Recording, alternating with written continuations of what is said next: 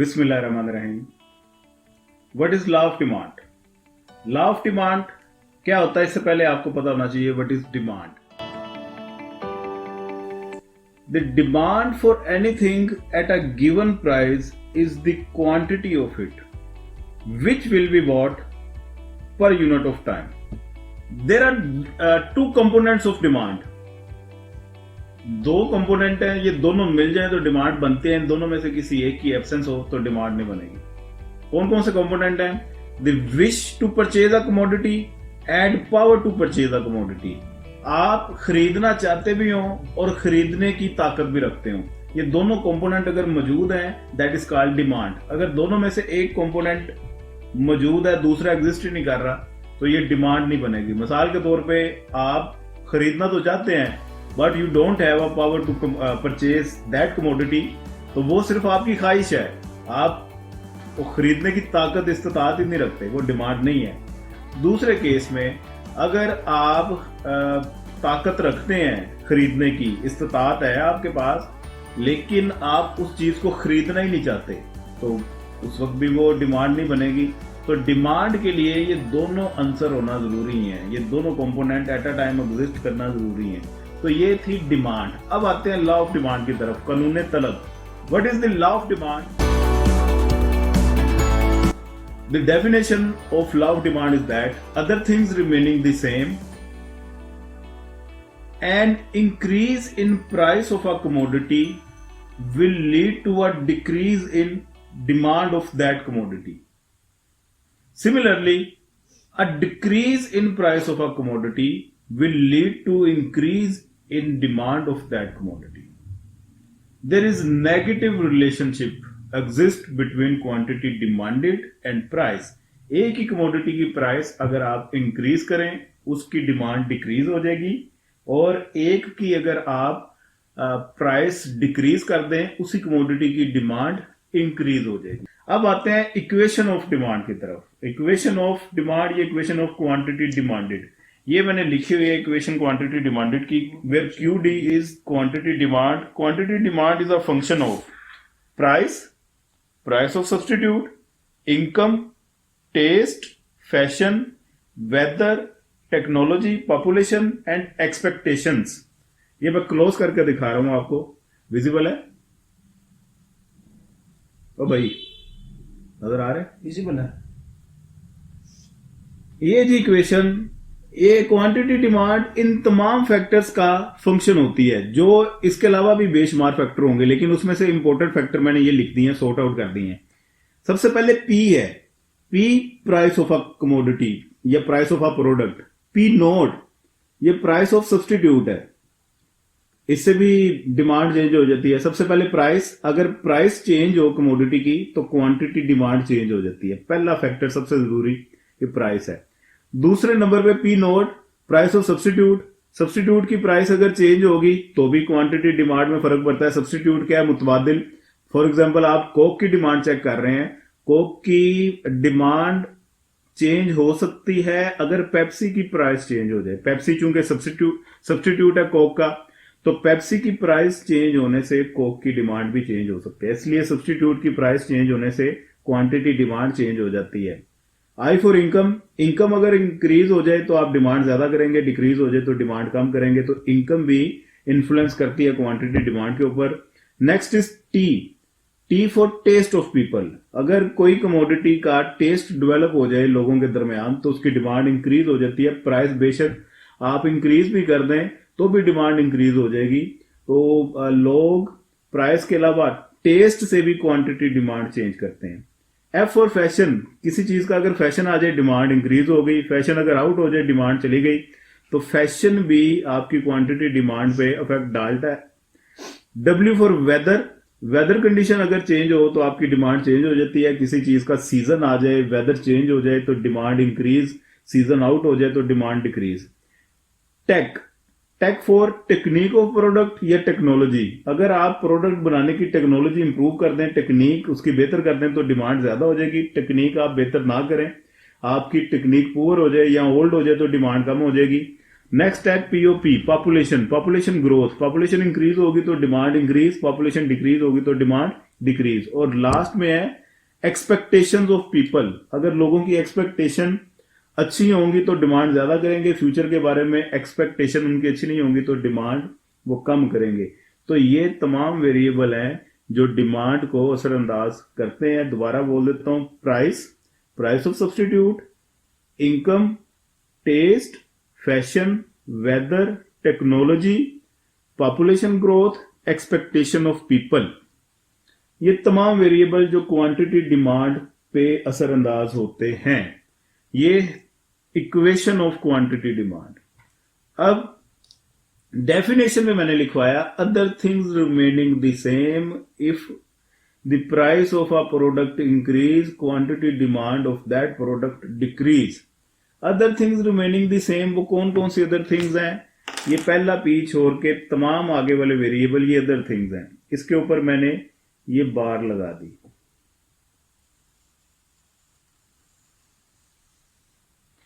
बार का मतलब ये तमाम वेरिएबल मैंने अज्यूम कर लिए, ये फिक्स है। अगर इनको सेम रखा जाए तो प्राइस का और क्वांटिटी डिमांड का आपस में रिलेशन बनेगा, और वो रिलेशन क्या होगा? इनवर्स रिलेशन है। अगर ये तमाम वेरिएबल जिनके ऊपर मैंने बार लगा दी, इस बार ये डिनोट कर रही है कि ये तमाम वेरिएबल फिक्स हैं।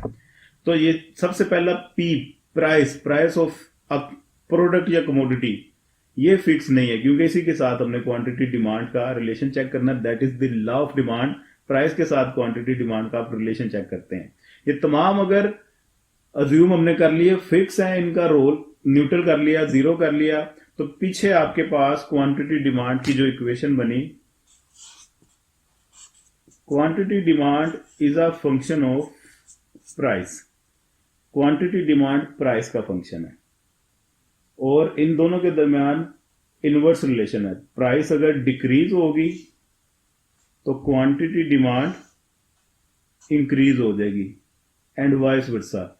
प्राइस अगर इंक्रीज होगी तो क्वांटिटी डिमांड डिक्रीज हो जाएगी। तो ये इन दोनों के दरमियान फिर इनवर्स रिलेशन एग्जिस्ट कर रहा है। ये इक्वेशन और डेफिनेशन इसकी बता दी, और इसकी ये जो इक्वेशन है आगे है इसकी assumptions of law of demand. तो बेसिकली यही पॉइंट्स हैं जो हमने अजम्पशन में फेंक देने हैं, और यही पॉइंट की आपने अजम्पशन बना लेनी है। सबसे पहला है पी नोट। पहली अजम्पशन है आपकी सब्स्टिट्यूट की प्राइस वो सेम आप रखेंगे। There is no any change in price of substitute of a commodity. दूसरा पॉइंट है I for income of consumer will not change. Second assumption ये आ गई। नेक्स्ट अजम्पशन है T for taste of people will not change. Next assumption है F for fashion of people will remain same या fashion will not change. W for weather condition और season will remain same or do not change. Technique of product will remain same. Population growth will remain same. Expectation of people will remain same. ये इसकी बन गई assumption, और एक दो point assumption के मेरे माइंड में और आ रहे हैं, वो भी आप ऐड कर लें साथ। जैसा कि होमोजीनियस यूनिट्स आपके होने चाहिए, जो भी आप जिस प्रोडक्ट की डिमांड कर रहे हैं उसके तमाम क्वांटिटी के यूनिट होमोजीनियस होने चाहिए। होमोजीनियस मीन कि आपके तमाम यूनिट का साइज, उसका वॉल्यूम वो एक जैसा होगा, क्वालिटी उसकी उसमें फर्क नहीं होगा, तो ही ये लॉ इंप्लीमेंट होगा। आप चेक करेंगे कि एक की प्राइस इंक्रीज होने से उसकी आप डिमांड डिक्रीज कर देते हैं। इसके अलावा इसकी अजम्पशन है there is no any change in quantity of money supply वही रहेगी। मनी सप्लाई अगर चेंज हो तो उससे भी डिमांड में फर्क आ जाता है, क्योंकि लोगों के पास अब परचेजिंग कैपेसिटी ज्यादा हो जाती है मनी सप्लाई ज्यादा होने की वजह से। तो मनी सप्लाई भी आपकी सेम रहेगी। And last thing is that there is no new discovery. कोई नई डिस्कवरी भी मार्केट में इंट्रोड्यूस आपने नहीं की, कोई नई इन्वेंशन नहीं की। नई डिस्कवरी होने से भी वो ये मिलती जुलती बात है जो मैंने आपको बताया था कि टेक्नोलॉजी ऑफ प्रोडक्ट वो सेम रहेगी। टेक्नोलॉजी रिलेट कर रही है उसकी क्वालिटी के साथ कि क्वालिटी आपने सेम रखनी है। और ये अजम्पशन है कि आप नई डिस्कवरी भी नहीं करेंगे या कोई नया सब्स्टिट्यूट भी इंट्रोड्यूस नहीं होगा, उससे भी डिमांड चेंज हो जाती है। तो ये इसकी थी अजम्पशन। अब आते हैं इसके टेबल और डायग्राम की तरफ। इसके टेबल में दो ही कॉलम आएंगे, एक आपका प्राइस और दूसरा quantity demand. P for price, QD for quantity demand. Price और क्वांटिटी डिमांड के दरमियान नेगेटिव रिलेशन है। वैल्यूज आप अपनी मर्जी से अज्यूम कर सकते हैं। लेट्स सपोज अगर प्राइस किसी भी एक कमोडिटी की, वो एप्पल हो सकता है, वो कोई वीट है, बनाना है, जो भी कमोडिटी है, उसकी प्राइस अगर 10 रुपए है तो उसकी, फर्ज कर लेता हूं, डिमांड 5000 है। प्राइस डिक्रीज होके 8 रुपए हो गई और डिमांड, प्राइस कम करेंगे तो डिमांड ज्यादा होगी। प्राइस कम हुई तो डिमांड ज्यादा होके आप फर्ज कर लें जी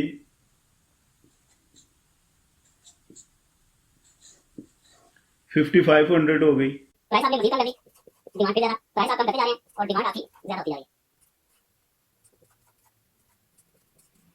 ये जी 10 रुपए प्राइस तो डिमांड इसकी 5000। प्राइस ग्रेजुअली डिक्रीज करते जा रहे हैं तो क्वांटिटी डिमांड में इजाफा होता जा रहा है। क्वांटिटी डिमांड आपकी इंक्रीज होती जा रही है। तो फर्ज कर लेते हैं कि एक ऐसी सोसाइटी है जहां पे टोटल पॉपुलेशन 7500 की है। तो अगर आप डिमांड 0 कर देंगे तो 7500 के 7500 लोग ही डिमांड करेंगे उस कमोडिटी की। आप 2 रुपए प्राइस रख देंगे तो डिमांड 7500 से कम होकर 7000 की आ जाएगी। डिमांड, आप प्राइस इंक्रीज करते जा रहे हैं, क्वांटिटी डिमांड डिक्रीज होती जा रही है। तो इनवर्स रिलेशनशिप है इन दोनों के दरमियान। प्राइस आपकी डिक्रीज हो रही है और डिमांड आपकी इंक्रीज हो रही है। आगे इसका टेबल,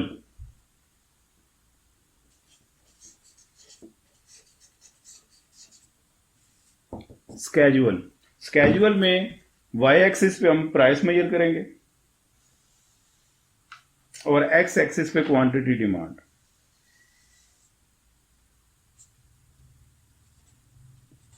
प्राइस, क्वांटिटी डिमांडेड। 5000, 5500, 6000, 6500, 7000 और 7500 और इसी तरह प्राइस 2, 4, 6, 8, 10। ये आ गई प्राइस। इन वैल्यूज के हिसाब से और मैंने अपनी स्पेस के हिसाब से स्केलिंग कर ली है। आपके पास स्पेस ज्यादा है, उस हिसाब से स्केलिंग आप ज्यादा भी कर सकते हैं और इस हिसाब से आप उसे नैरो डाउन भी कर सकते हैं। सबसे पहला पॉइंट बनेगा 10 और 5000। ये 10 है और ये 5000 है। इन दोनों का कोऑर्डिनेट बन गया ये पॉइंट, जिसे मैंने ए का नाम दे दिया। दूसरा है 8 और 5500, ये 5500 और ये 8, ये कोऑर्डिनेट बन गया बी। सिमिलरली तीसरा कोऑर्डिनेट 6 पे 6000, सी का पॉइंट, चौथा 4 पे, डी पॉइंट और 2 पे 7000, ई पॉइंट और लास्ट में 0 पे ये एफ पॉइंट। ये पॉइंट्स बन गए। इन पॉइंट्स को आपस में करने कनेक्ट।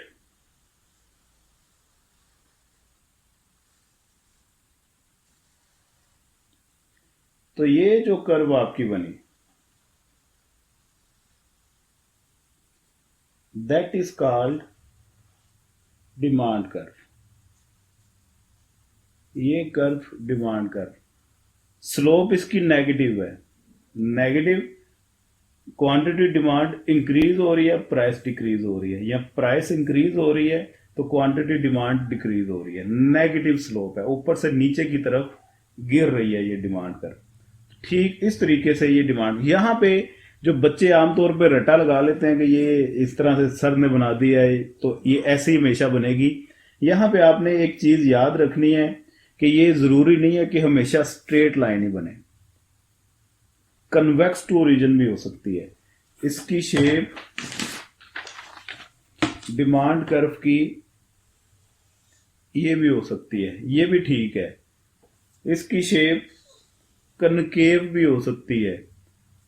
डिमांड कर्व एक्सिस को टच कर भी सकती है और एक्सिस को टच नहीं भी कर सकती।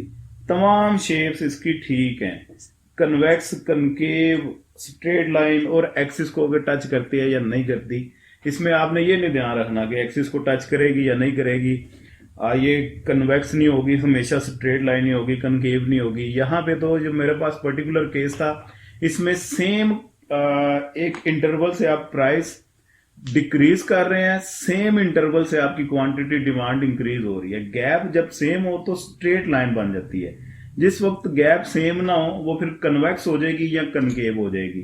तो ये डिपेंड करता है कि डिमांड ज्यादा रिस्पॉन्स अगर दे रही है तो फिर वो कन्वेक्स है, तो अगर कम रिस्पॉन्स दे रही है तो वो दूसरी पॉसिबिलिटी बन जाएगी, एक्सिस को टच करेगी और नहीं भी कर सकती। ये सिचुएशंस वेरी करती हैं, इसमें कोई ऐसी बात नहीं है, लेकिन स्लोप इसकी नेगेटिव होगी। ठीक हो गया। तो ये था जी आसान सी बात, आसान सा लॉ है, लॉ ऑफ डिमांड। आगे इसकी लिमिटेशंस है।